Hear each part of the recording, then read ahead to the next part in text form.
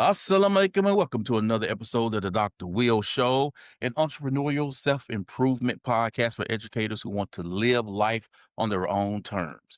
Dubbed the Mobile University for Entrepreneurs, this is the show where personal development meets purpose-driven living with a healthy dose of entrepreneurship.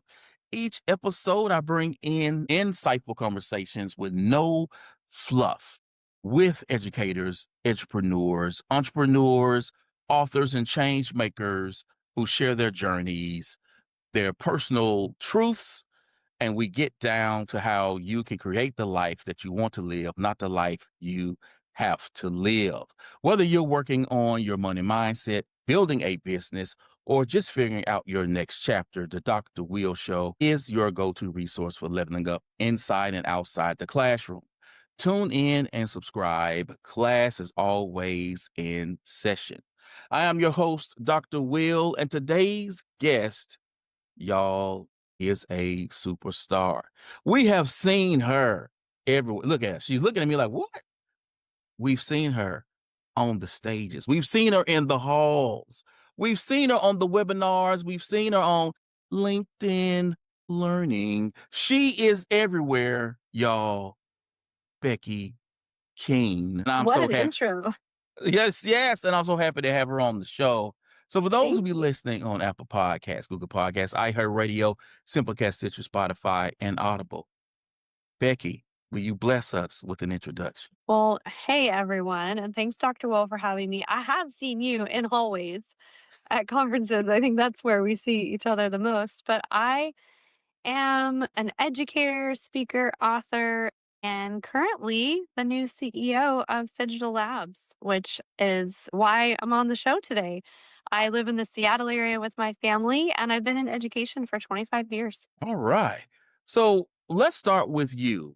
Who is Becky Keene when you're not on the stage, not in the boardroom, not behind the screen?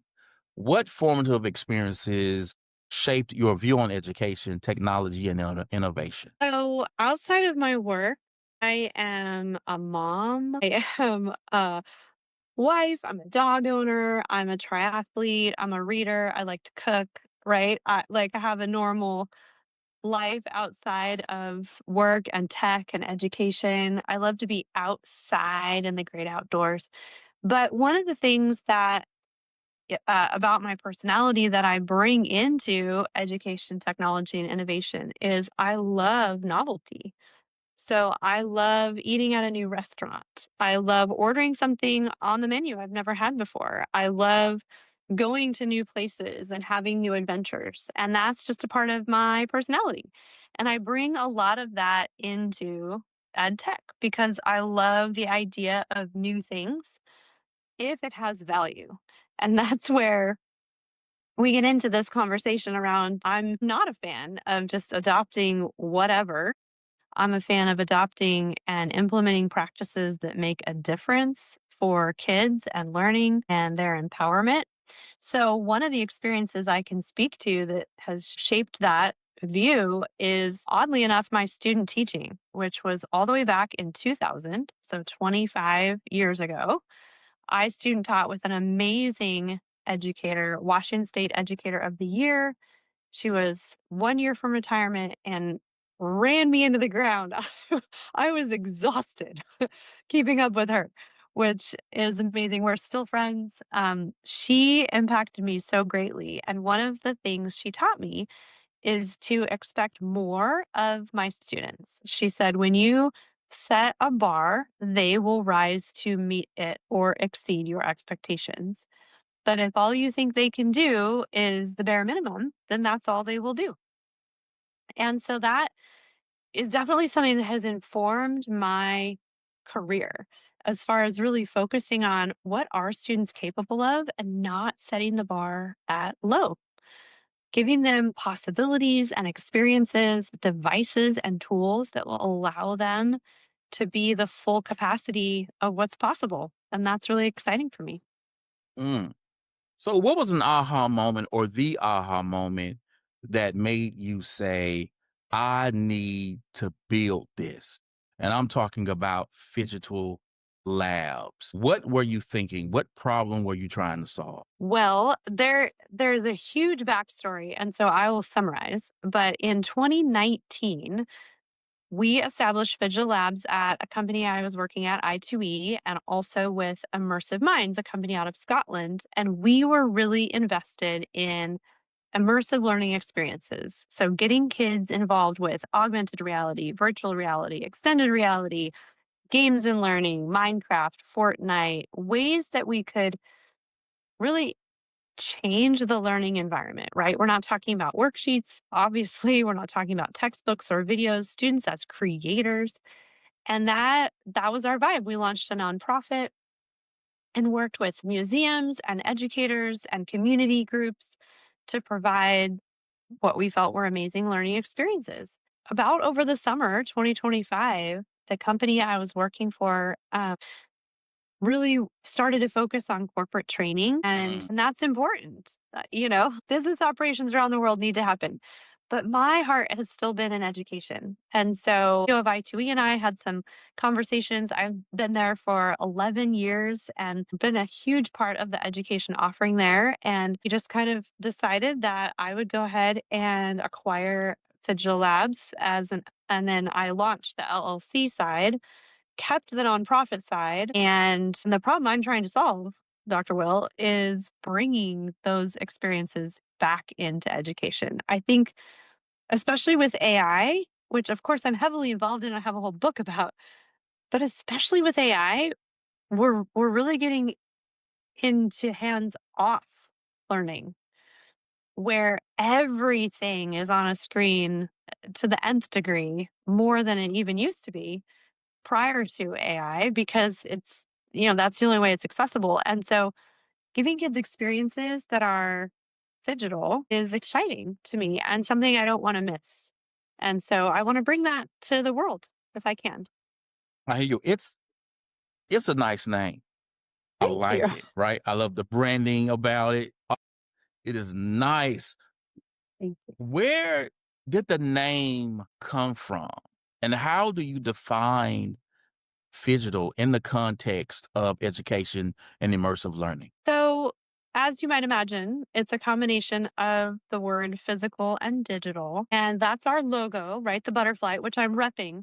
And it's like too low on the screen. And if you're just listening on like Apple Podcasts, you can't see my hoodie, but I have on the butterfly.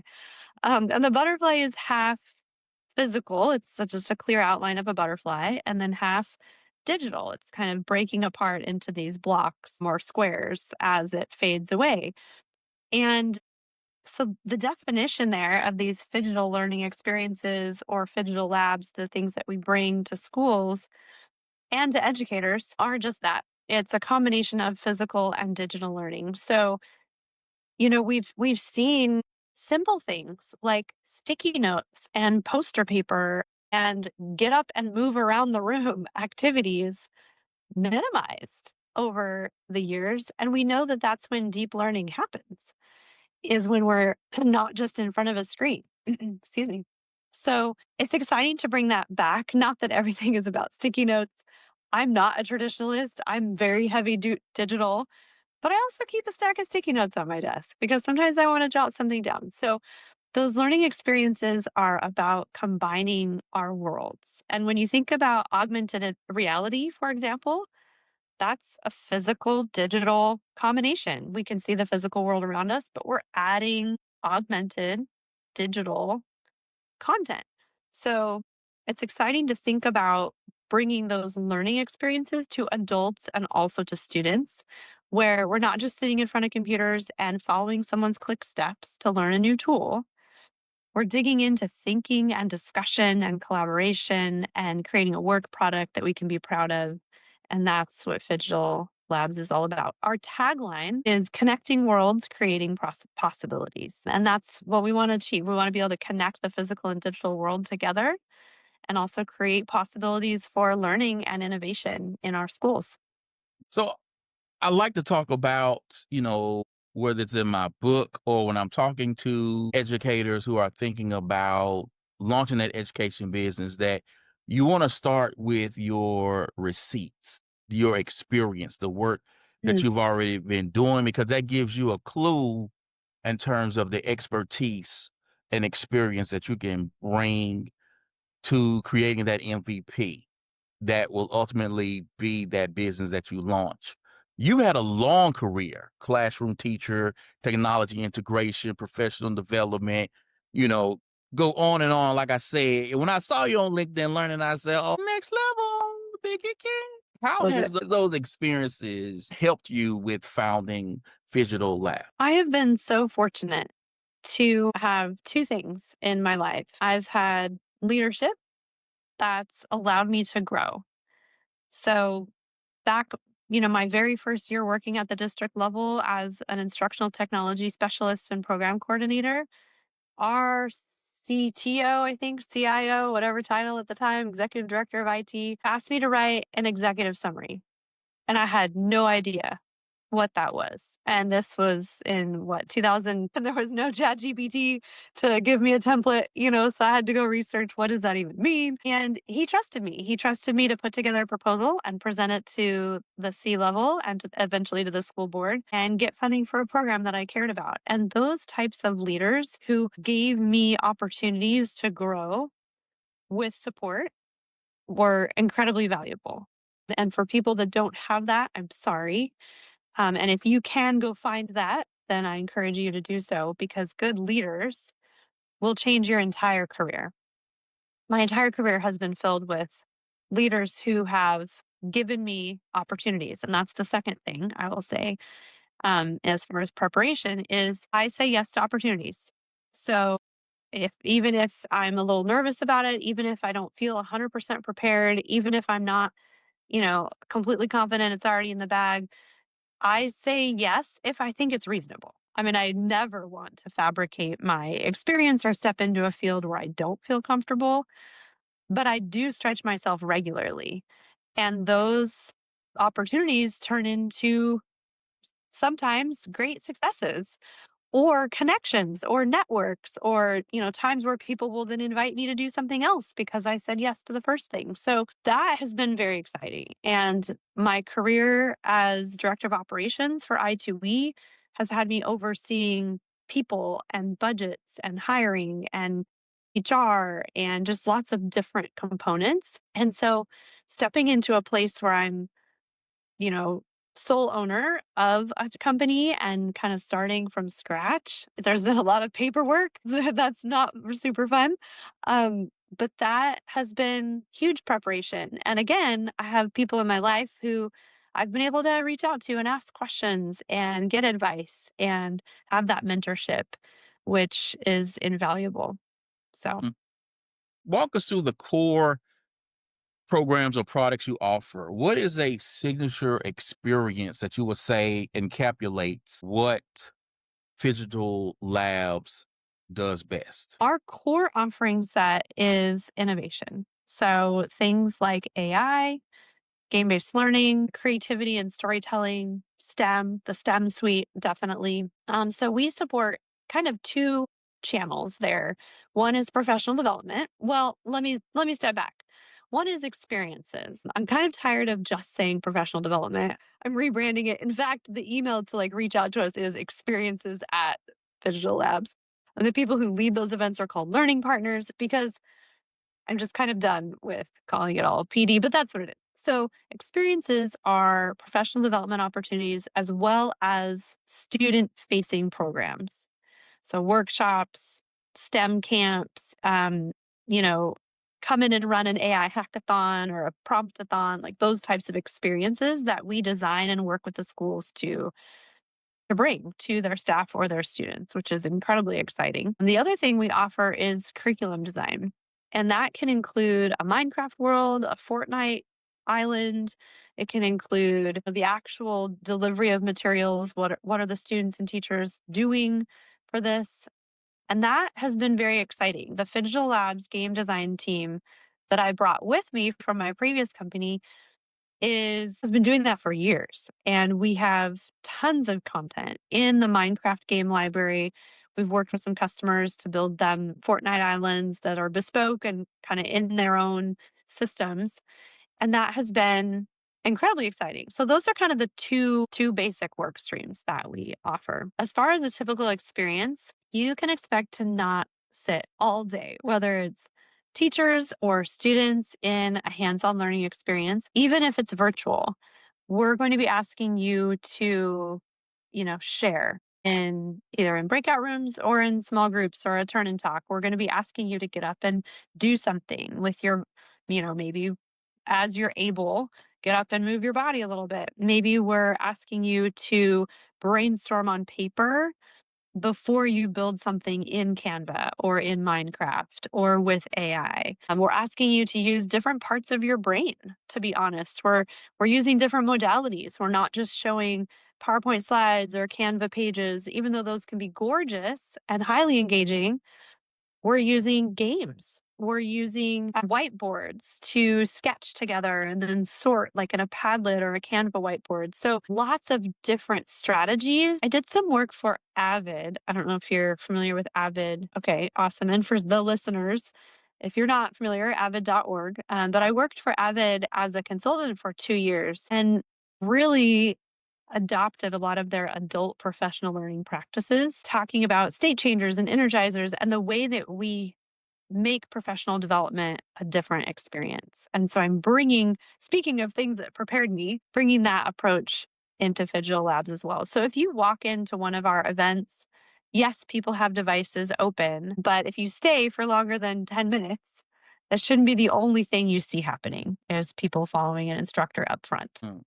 And how do you ensure that things like accessibility and equity and scaffolding for diverse learners exist? That's the struggle every classroom teacher has, right? And leading events is no different. So, simple things like requesting audio in the location and adding captioning to our presentations is, one small step forward. Providing the presentation with proximity so participants can follow along from their own screens, not be dependent upon looking to the front of the room, with a projector. And we talk about localizing our content. Now that, can be trickier and we present mainly in North America. But I have been in situations personally worldwide where we've had translation services running so that people can feel comfortable with the content that I'm presenting in English in their preferred language. So that's an option, especially in a virtual environment. That's easy. In a physical environment, obviously, that takes some more setup. But things like that, I think, are incredibly important and also giving people some choice. So maybe there's an opportunity for them to learn about something independently.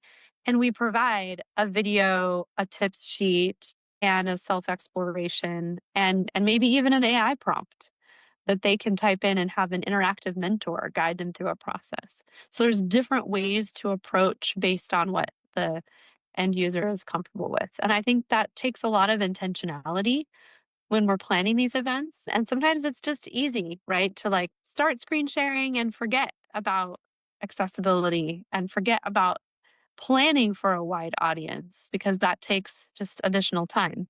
So being really intentional about that is important. And you are one of the more seasoned people in the game who have decided to take this leap. But what keeps you up at night?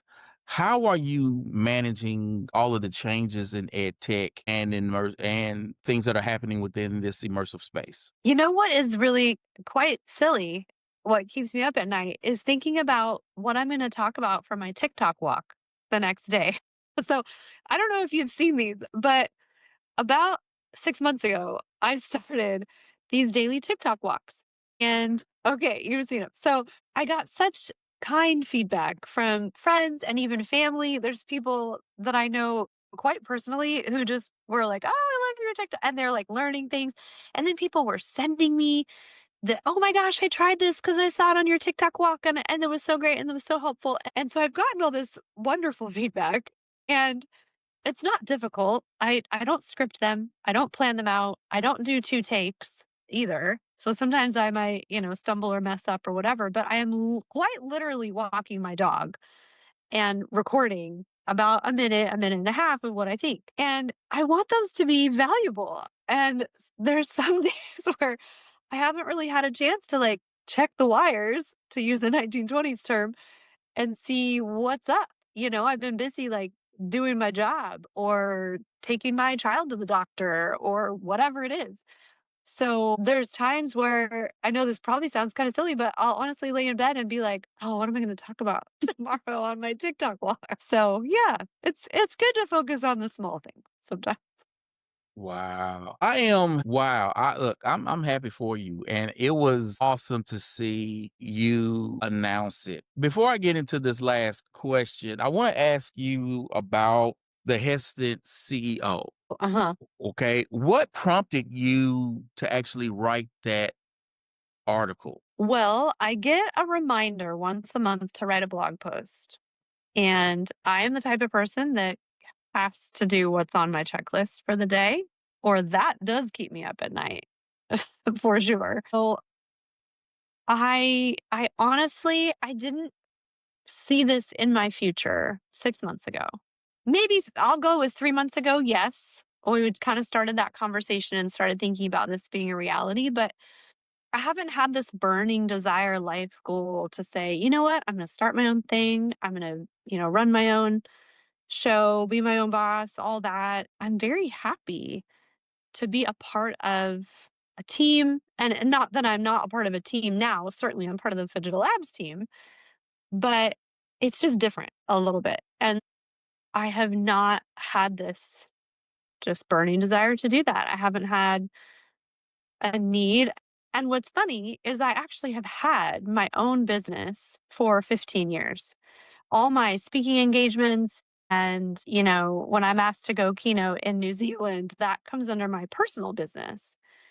And I've had that for, again, 15 years. So I'm familiar with the process and taxes and blah blah blah. But I've not had to run a company that has like employees and vendors and systems. It's just kind of been my own show over there on the other side. So I've had that experience with I2E, and now I'm kind of bringing that experience to something that's mine. And the hesitancy is just, is this really what I want out of life? Right? And I I I know you saw the blog post, and I do have other priorities. I don't work 60 hours a week. I don't work 40 hours a week, actually. People are always shocked by that. But I spend part of my day every day doing things that also take my priority. So my kids, my home, my own health, I'm invested in those things too. And so I think it's really important to be able to kind of prioritize in the moment and know what has the most value, at a certain time. I'm not a fan of the word balance Mm. in work at all. I think that that's just kind of a fallacy. I think it's about harmony. And there's days where I don't take any meetings because I need to get some other things done and just kind of clear my head and go for a swim. And there's days where I'm in meetings for 8 hours, and that's the day it is. So anyway, I was hesitant because I wasn't sure that this is really what I wanted. And I think to make a successful company, our culture tells us you have to be all in, you have to be 60 to 80 hours a week, you have to want it like nothing else in your life. And I don't know that that's true. I think I can build something wonderful that reaches lots of people around the world without sacrificing my humanity. And I'll leave it at that. So before we go, what advice would you give to another educator or creator who wants to start their own business via what you're doing with immersive learning or what we have known you to be doing with keynoting and leading professional development? What are some of the pitfalls they should avoid? Sort of mindsets should they adopt? Oh my goodness. I have learned so much in the 15 years that I've been doing contract work outside of my school system. I've learned a lot. The advice I would give is to focus on one thing that you do really well. I don't think new ventures are as successful when they're trying to do too much all at once. So find your brand, your niche, and start there. It doesn't mean have to be permanent. My very first business gig ever was doing Moodle training. Think about that for a second, because I was the Moodle system admin in my school district, and the school district next door was like, "Hey, will you come teach us?" And I said, "Sure." So they were like, "You're going to need a business license, right?" And that's how that started. So you don't have to stick with it forever, but you do need to have a thing that you're known for, that you can, hang your hat on, that people can count on you for. And doing too much means you're stretched too thin and you can't do it all really, really well. So I think you need to have a focus. That would be one a big piece of advice. Really laser focus on what you want to be known for. And then also build a network of support. And I think, speaking of Phygital, you and I both know we do a lot on social media. And that's important just to let people know what your voice is and what you're up to. But it's also really important to find that human connection with people in hallways, at events, in your own neighborhood and community.